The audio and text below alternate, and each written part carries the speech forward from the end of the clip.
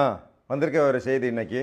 பஞ்சாபில் ஒரு தொழிலதிபர் எஸ்பி ஓஸ்வால், அவர் வர்த்தமான் கம்பெனியினுடைய நிர்வாக இயக்குனர், அதனுடைய ஃபவுண்டர்.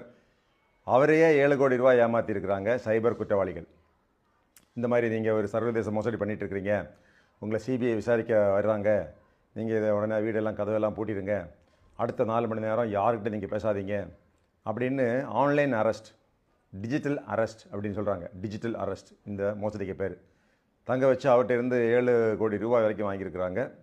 இப்போது தமிழ்நாட்டை பொறுத்த வரைக்கும் நேற்றைக்கு வரைக்கும் தமிழ்நாட்டு மக்கள்கிட்ட இருந்து 1100 கோடி ரூபாய் கொள்ளையடிக்கப்பட்டிருக்கிறது. இதெல்லாம் இதே சைபர் குற்றவாளிகள் தான்.